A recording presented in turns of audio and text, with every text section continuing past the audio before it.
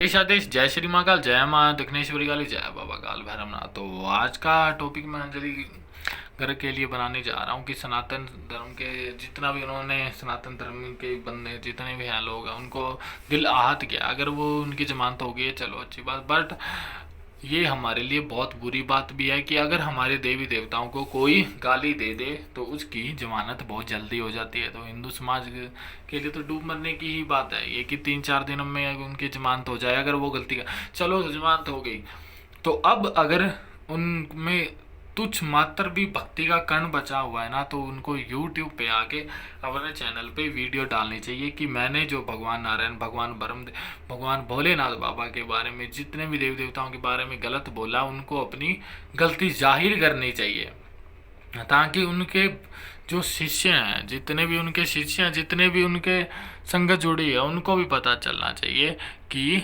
उनको अपने किए क्या पछतावा है। तभी तो वो भक्त माने जाएंगे। अगर वो ऐसा फिर भी नहीं करते हैं तो इससे ज़्यादा डूब मरने की बात कुछ नहीं है कि अभी भी वो नहीं मान रहे। तो ऐसे इंसान को यूट्यूब पे रहने का भी कोई हकदार नहीं। सोशल मीडिया पे आकर अगर कोई सनातनी धर्म का बंदा, अपने ही धर्म का बंदा, अपने ही धर्म के देवी देवताओं जो कि गद्दी पे बैठ के उन्हीं से कार्य होते हैं, बाबा उन्हीं की माता और बाबा भोलेनाथ की दया से कार्य होते हैं, सभी जन कल्याण वो करते हैं, फिर भी वो अगर वो ऐसे तुच्छ वचन निकाल रहे हैं अपने जीव्या से, इतनी घटिया सोच रखते हैं, तो अगर उनके साथ कोई भी उनका शिष्य जुड़ा है, चाहे कोई भी जुड़ा है, उनका जन कल्याण क्या, उनका खुद का ही कल्याण नहीं हो सकता, वो जन कल्याण क्या करेंगे, जन कल्याण क्या करेंगे। अगर ये बहुत ही बेशर्मी की बात है कि शर्मिंदगी की बात है, एकदम शर्मिंदगी की बात है, उनके शिष्य अभी भी खुशी मना रहे हैं हमारी जीत हुई। ये हमारी जीत नहीं, ये सनातन धर्म की हार हुई है कि कोई भी हमारे देवी देवताओं को गाली देने वाला 2-3 दिन में उसकी जमानत हो जाती है।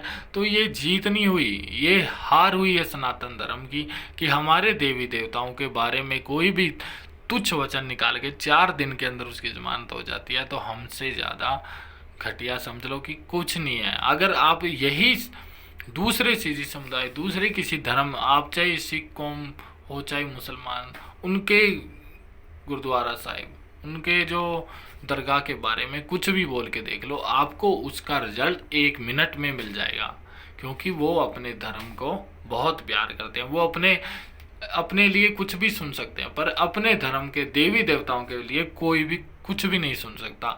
तो इससे अच्छा तो यही है जो अपने देवी देवताओं के बारे में किसी को बोलने भी नहीं देते।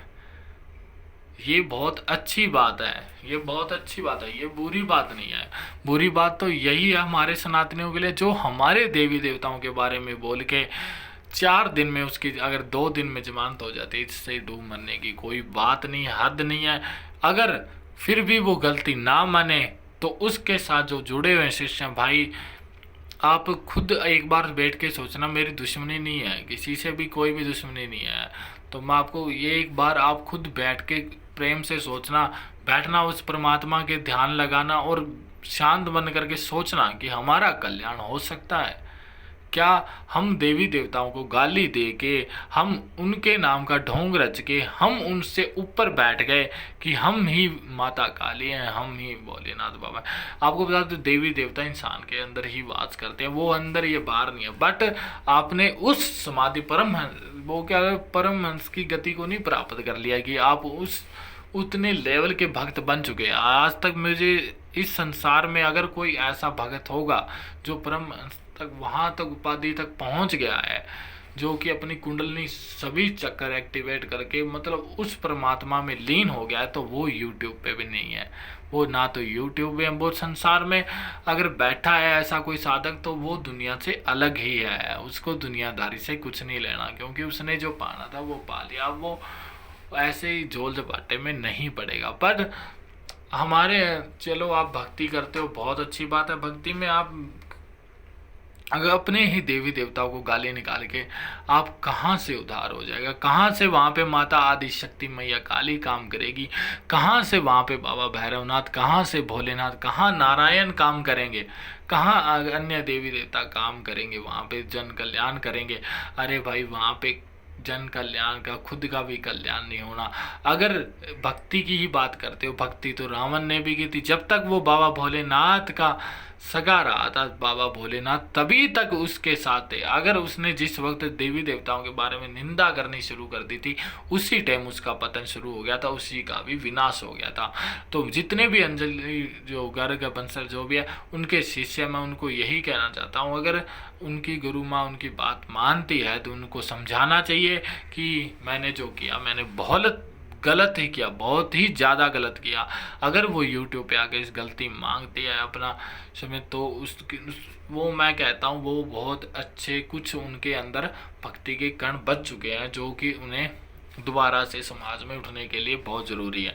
अगर वो फिर भी नहीं मानते हैं, अगर वो फिर भी अपनी यही यूट्यूब पे देख रहा हूँ मैं कल से कि हमारी जीत हुई, जीत हमारी नहीं, सनातन धर्म की हार हुई, तुम सभी सनातनियों की हार हो रही है कि इस जैसे लोग फिर भी यूट्यूब पे आके यही कह रहे हैं कि हमारी जीत हुई, हमने गाली दी, हमारी जीत हुई, हम बाहर आ गए। तो इससे शर्मिंदगी की बात और कोई नहीं है। डूब मरो, इसके जितने भी शिष्य डूब मरो। आपने जो वीडियो चलाई है ना, एक बार आप माता काली के क्या, बाबा भोलेनाथ क्या, किसी के भी कृपा के पात्र नहीं बन सकते। एक बात याद रखना, आपको भक्ति कर रहे हो, आपको देवी देवताओं को दर्शन देने पड़ते हैं, क्योंकि देवी देवता अपने जो उनकी भक्ति करता है उनको उनका फल देना पड़ता है, पर उद्धार नहीं होना तुम्हारा, कभी भी उद्धार नहीं होना। माँ वो सच्चा प्रेम कभी भी नहीं कर पाएगी, उनकी मजबूरी होगी कि तुम उनकी भक्ति कर रहे हो, उनका जप कर रहे हो, तो वो आपको दर्शन दे रही है, पर माँ का स्नेह, माँ का प्यार पाने के लायक नहीं रहोगे तुम।